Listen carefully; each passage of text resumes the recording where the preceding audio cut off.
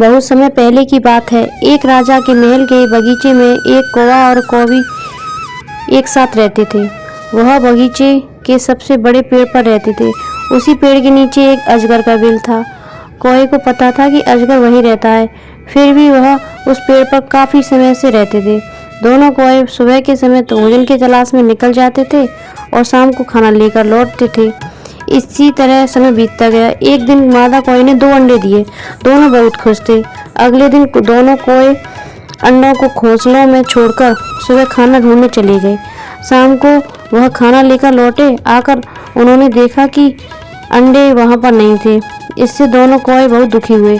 इसके कुछ दिनों के बाद मादा कौवे ने दोबारा अंडे दिए। अगले दिन वह रोज की तरह खाने की तलाश में चले गए। उनके जाने के बाद अजगर आया और पहले की तरह कौवे के अंडे खा लिए।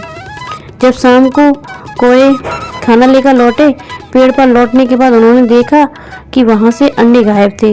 यह देखकर दोनों बहुत दुखी हुए और रोने लगे।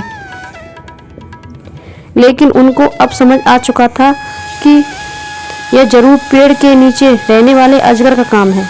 कौवा बहुत होशियार था। उसने अजगर से छुटकारा पाने की सोची। उसने एक दिन जब रानी तालाब में नहा रही थी, तब रानी का एक हार चुरा लिया। सैनिकों ने यह सब देख लिया। वह कौवे के पीछे लग गए। कौवे ने वह हार ले जाकर अजगर के बिल में डाल दिया। जब सैनिक हार निकालने लगे तो उनको अजगर दिखाई दिया। सैनिकों ने अजगर को मार दिया और हार ले लिया। इस तरह कौवे ने अजगर से छुटकारा पा लिया और दोनों खुशी से रहने लगे। मित्रों, हम अपनी बुद्धिमानी से बड़ी मुसीबत को भी छुटकारा पा सकते हैं। मित्रों, हम अपनी बुद्धिमानी से बड़ी मुसीबत से भी छुटकारा पा सकते हैं। सदैव प्रसन्न रहिए। जो प्राप्त है पर्याप्त है। जिसका मन मस्त है उसके पास समस्त है।